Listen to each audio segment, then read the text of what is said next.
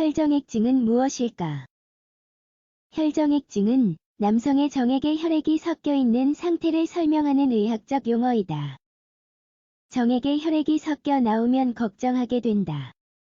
이 증상을 겪는 남성들은 생각보다 많으며 연령과 별다른 연관성이 없다.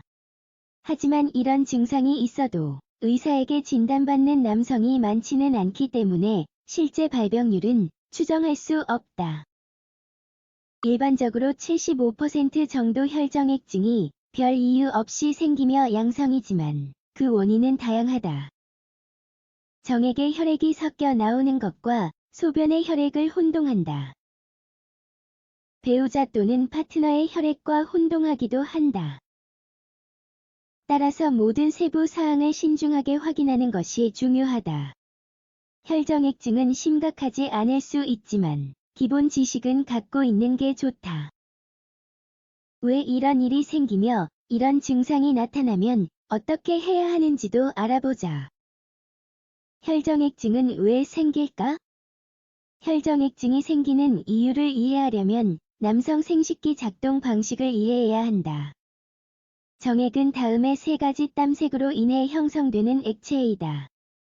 고환 정낭 전립선. 고환에서 요도로 이동하는 정액은 일련의 통로를 지난다. 이 과정의 염증 과정. 염증은 혈정액증을 유발한다. 혈정액증의 주 원인은 다음과 같다. 전립선 장에 앞서 언급했지만 혈정액증의 가장 흔한 원인은 전립선 생검이다. 생검은 전립선 암 검사를 할 때 하는 검사이다. 이외 감염, 양성 종양, 전립선 혈관 장애가 있어도 정액에 혈액이 섞여 나올 수 있다. 정낭 문제 땀샘의 감염도 혈정액증과 관련되어 있다. 종양이 있어도 정액에 혈액이 섞여 나올 수 있다. 요도 부상 요도염증인 요도염을 말한다. 일반적으로 성병에 의해 생긴다. 요도 폴립이나 낭종도 혈정액증을 유발한다. 고환 부위 또는 음경 외상이나 충격, 고혈압 같은 전신 질환이 혈정액증의 원인이 되는 경우도 있다. 본 빌레브란트 병 환자처럼 혈액 응고 문제가 있는 사람들도 혈정액증을 앓을 수 있다. 혈정액증은 어떤 검사로 확인할까? 위에서 혈정액증의 의학적 원인을 언급했지만 이런 경우에 해당되지 않는 경우도 많다. 만 40세 미만의 경우 의사는 대개 감염 위험을 배제한다. 성생활에 관해 물어보고 성행위를 할 때 어떤 부위에 통증은 없는지 확인한다. 의사는 환자에게 열이 나는 것은 아닌지도 확인한다. 반면 만 45세 이상의 환자는 발암 과정이 있을 수 있다고 여긴다. 여러 연구에서 45세 이상부터는 양성이든 악성이든지 간에 전립선 종양이 있는 게 일반적이라고 밝혀졌다. 진단에 도움되는 검사가 있다.